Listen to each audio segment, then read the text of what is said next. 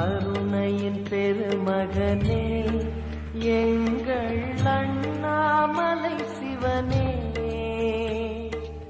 ஆடிய பாதத்தில் ஓரிடம் வேண்டும், ஆடிய பாதத்தில் ஓரிடம் வேண்டும். அருள்வாயீஸ்வரனே, அன்பே அருணாச்சல சிவனே.